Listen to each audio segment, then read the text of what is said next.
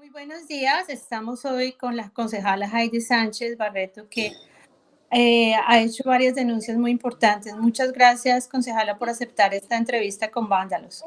Bueno, muchísimas gracias, Vándalos, por esta invitación y pues poder poner de presente este tema que tiene tan azotada y preocupada a la ciudad, a la ciudadanía. Usted ha hecho una denuncia muy importante sobre la extorsión que en este momento están sufriendo modelos webcam. ¿Nos podría contar más de lo que está pasando y la situación de violencia que hay en este momento en la ciudad? Recientemente, bueno, este año hay que decir que han aumentado los delitos de alto impacto en la ciudad de Bogotá. Estamos hablando de más de 20 personas que han sido encontradas en distintos puntos de la ciudad en bolsas, a lo que se ha atribuido la responsabilidad de una banda delincuencial de crimen organizado, a la que se ha autodenominado el Tren de Aragua, bajo los informes que ha dado la administración distrital y pues que se dio en una reunión también que hubo con el presidente de la República y el ministro de Defensa semanas pasadas. Incluso el día de ayer aparecieron dos mujeres con signos de violencia sexual y muertas en el sur de la ciudad, y otra persona que se desconocen pues las causas también de su muerte. Entonces, si bien, digamos, lo que ha solicitado por lo general la administración distrital viene siendo el tema del incremento de pie de fuerza, no hay, digamos, como una línea en términos de la desestructuración de las bandas criminales en Bogotá, que estamos hablando de presencia de narcotráfico en la ciudad. Nosotras el año pasado en un debate de control político denunciamos la presencia del Tren de Aragua en un barrio, por ejemplo, como el barrio Santa Fe, donde estaban extorsionando a las trabajadoras sexuales de la zona. Y esta denuncia pues se suma a todo lo que viene ocurriendo en el distrito en materia de inseguridad.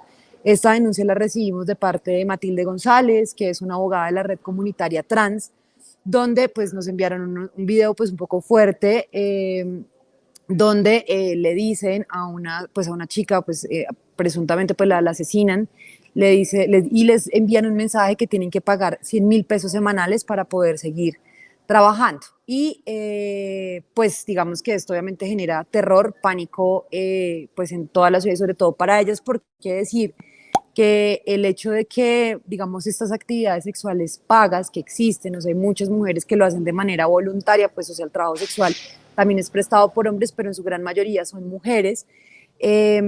No existe, como existe tanta moralidad alrededor de ello, pues no se les brinda la atención y protección que debería, ¿sí? Entonces, pasamos este reporte a la Secretaría de Seguridad. El 14 de septiembre tendremos una mesa con la Secretaría de Seguridad para poder atender estos casos y pues también acompañarlas a ellas en sus denuncias, pues porque claramente pues al sentir tanta vulnerabilidad pues no habían denunciado en la Fiscalía General de la Nación este suceso. Concejala, además de estas amenazas que les mandan de posiblemente asesinarlas y cortarlas en pedacitos en bolsas, en las condiciones de trabajo de ellas también han hecho varias denuncias. ¿Nos podría contar más sobre esto?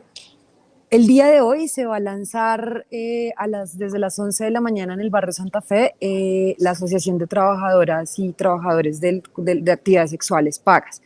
Y, por ejemplo, en el caso de las modelos webcam, hay muchas denuncias, por ejemplo, uno, en el tema del poco cuidado que existe, el tema del pillaje o el tema del control permanente. Ellas tienen una figura como del monitor, que es quien está verificando todo el tiempo lo que están haciendo ellas como modelos webcam. Y estos sitios, al ser clandestinos, pues se prestan también, o sea, para violencias en contra de ellas. O sea, por ejemplo, entonces no falta el vecino que ve una casa y entonces dice, uy, no, terrible lo que está pasando en esa casa, y empiezan a denunciar, pero no en preguntarse, digamos, cuáles son las medidas que están teniendo ellas en materia de protección también a sus vidas, a su integridad. Entonces, el tema de los horarios extenuantes, obviamente la plata con la que se queda, el sitio donde se adecua el estudio para que ellas puedan ejercer su actividad como tal, entre otros, pues digamos el tema del no tener como unas tarifas también que digamos puedan llegar a hablar de un salario digno que les reconozca una actividad que en últimas desarrollan, y que de alguna manera el exponerse, así no haya un contacto físico de parte de la persona que está al otro lado, muchas veces son víctimas de violencias verbales de estas personas. Entonces digamos que son cosas que no se tienen en cuenta, pero pues que de alguna manera la Corte Constitucional pues ha planteado también como la protección, y pues desde una óptica regulacionista, pues que no quisiera como andar en eso, porque creo que cuando una no ha tenido que vivir o verse, digamos, practicar este tipo de actividades, pues no puede hacerlo desde su comodidad. Entonces sí creo que pues es importante que el Estado le presione a esto y pues que también pueda proteger las vidas y la integridad de estas mujeres. Concejala, el Tren de Aragua no solamente está ahora pues acusado por ellas de extorsión, pero también se dice que están vinculados con paramilitarismo, con narcotráfico y que es una banda que de hecho está creciendo, no solamente en Bogotá, pero en algunas otras ciudades.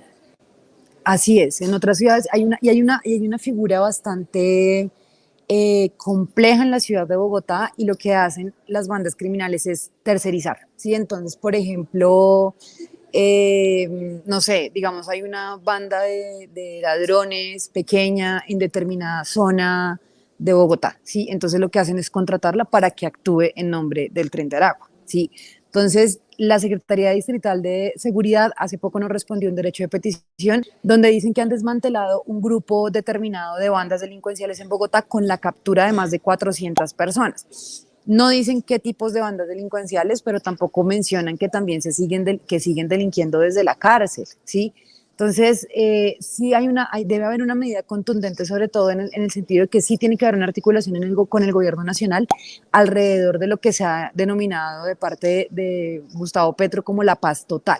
Porque si no se toca el fenómeno del narcotráfico, si no se toca lo que son las bandas delincuenciales y los grupos al margen de la ley en todo el territorio nacional, pues también es muy difícil desarticularlo en la ciudad de Bogotá. Sin embargo, pues sí seguimos insistiendo como en esas medidas contundentes que tiene que tener la administración distrital, que han sido timoratas. Ya reciente, la alcaldesa mayor sacó recientemente un decreto, bueno, recientemente te digo marzo, en el mes de marzo, donde un decreto donde habla de unas medidas de seguridad que es como el tema del parrillero en moto, o por ejemplo no permitir el tránsito en parques de personas, y pues allá hay que decir que quienes principalmente se ven afectados pues son las y los jóvenes.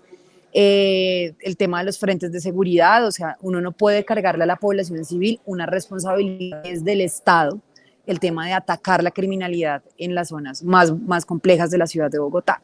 Pero también hay un tema de las extorsiones, que en esto pues también hemos venido recibiendo denuncias, por ejemplo, de los bares, de los dueños de bares, por ejemplo, en el Restrepo, en la localidad de Antonio Nariño. Entonces, para poder funcionar, entonces la administración lo que les dice es lance el frente de seguridad cuando es responsabilidad del Estado desmantelar este tipo de bandas criminales y pues no permitir que sigan extorsionando a la ciudadanía. Concejala, sobre este tema, una última pregunta. ¿Por qué la violencia que ellos ejercen es tan cruel? O sea, desmembran. ¿Qué tipo de mensaje quieren mandarle pues, a la población civil en esos barrios?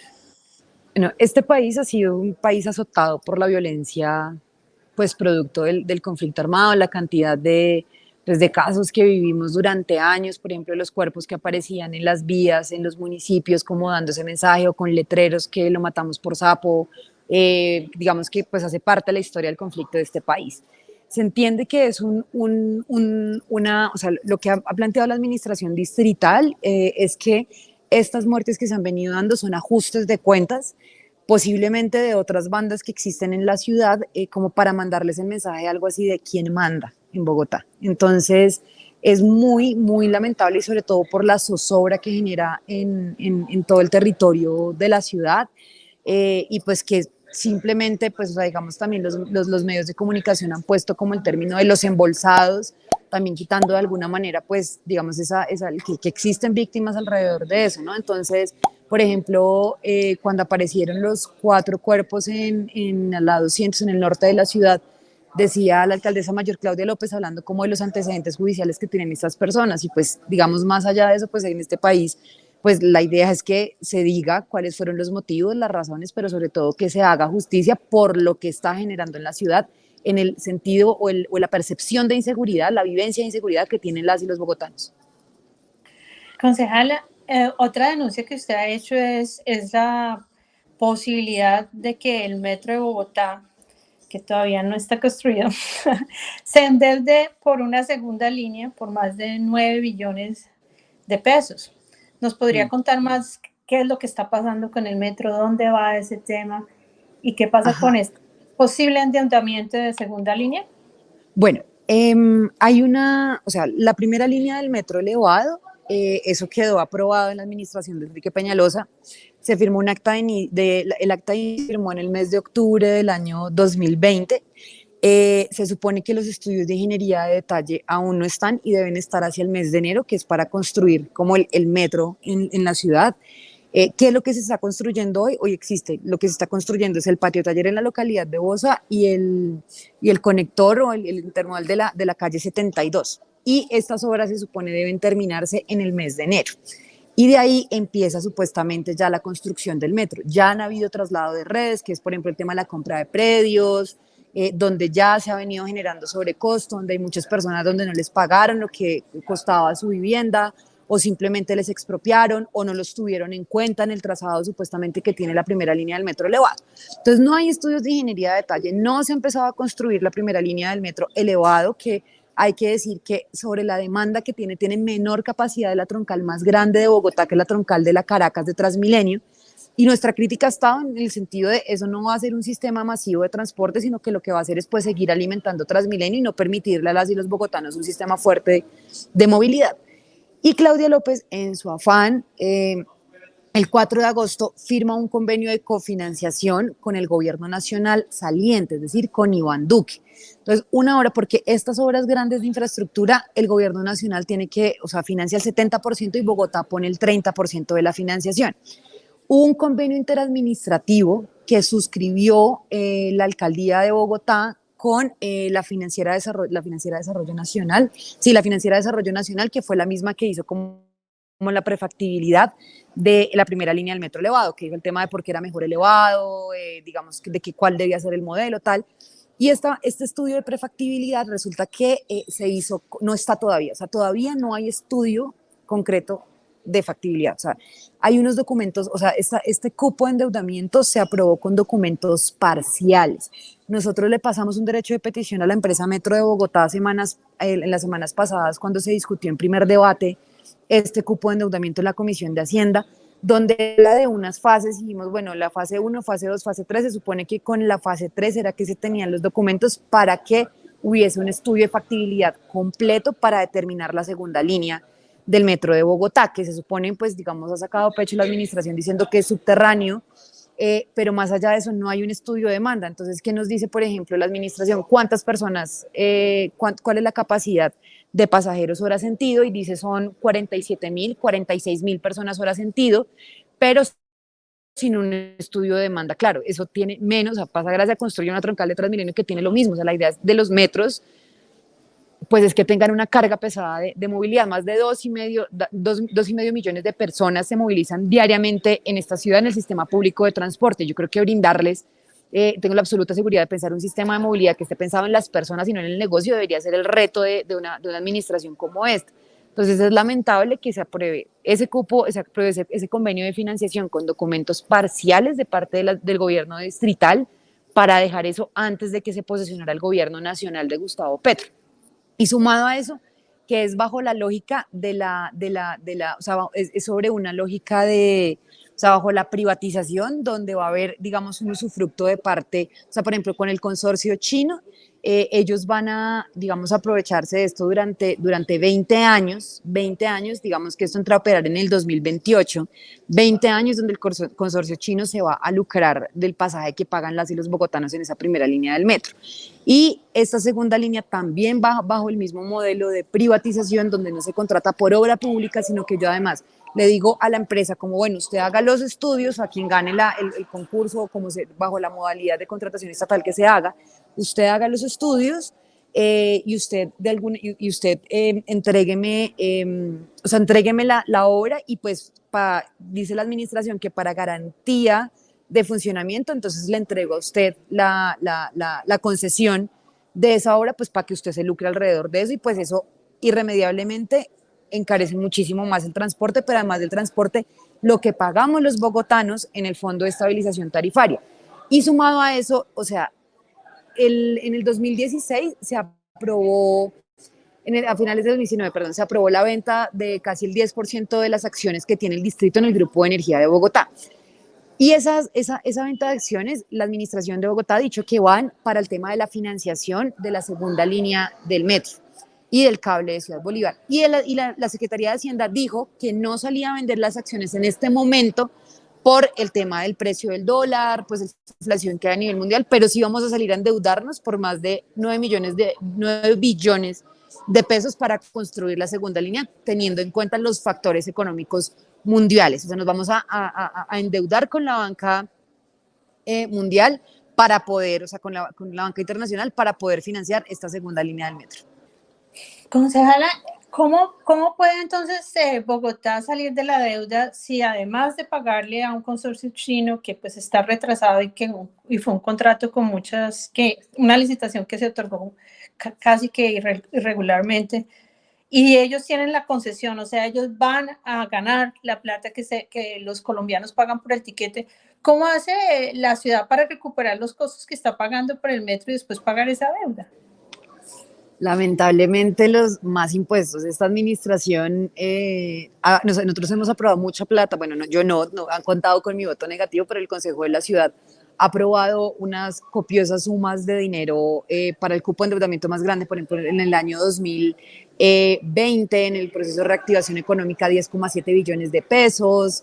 Recientemente otro cupo de endeudamiento que presentaron también de parte de la administración distrital sumado con más de 8 billones de pesos, más este que presentan nuevamente. Entonces lo que hacen es, o sea, ¿de dónde sacan las fuentes de financiación? Entonces, por ejemplo, digamos el tema de la captura de valor por obra. Entonces, por ejemplo, digamos, de qué manera los predios que se encuentran alrededor, que se van a ver beneficiados en materia de impuestos, ese dinero, esa captura de valor va para poder financiar la obra o no endeudarse, y eso no lo tiene en cuenta la administración distrital. Entonces, más impuestos y pues va a ser el bolsillo de las y los bogotanos que paguen estas deudas de la administración, aunque ellos dicen que tienen la sostenibilidad y la capacidad de endeudamiento suficiente para poder pagar eso rápidamente. Incluso el Grupo de Energía de Bogotá ha tenido tuvo 200.000 millones de pesos más de ganancias de lo que se esperaba el año pasado, de acuerdo a lo que determinó la Secretaría de Hacienda, y aún así insisten en vender las acciones del distrito, de venderlo público. Concejala, otro tema que usted ha traído, ha discutido extensamente este año es lo de la empresa de teléfonos de Bogotá, la ETB. ¿Nos podría contar un poco más qué es lo que está pasando en este momento y pues lo que la alcaldesa ha querido hacer con la empresa? Bueno, nosotros a principio de año hicimos un debate de control político a la administración, sobre todo a la ETB, porque existe todavía. Lo que pasa es que la superintendencia no lo avaló en este momento, que es el tema de arrendar las redes que hoy tiene la empresa de telecomunicaciones de Bogotá. ¿Sí? Entonces, bajo una figura que no es clara porque no existe dentro del ordenamiento jurídico colombiano, a una empresa que se llama Ofinet, y que Ofinet es una empresa que es una empresa que tiene como su asiento en Madrid. Crearon una empresa fachada aquí en Bogotá como Ofinet Colombia, como una SAS, y lo que querían era como, entonces yo arriendo la estructura de fibra óptica, lo que pueda construir, y algo así que la ETB lo que se encarga es como de cobrar el peaje. Y le arriendo esa fibra óptica, por ejemplo, a Claro, le arriendo esa fibra óptica a Movistar, pero le quito esa posibilidad de que ese dinero sea recaudado al distrito.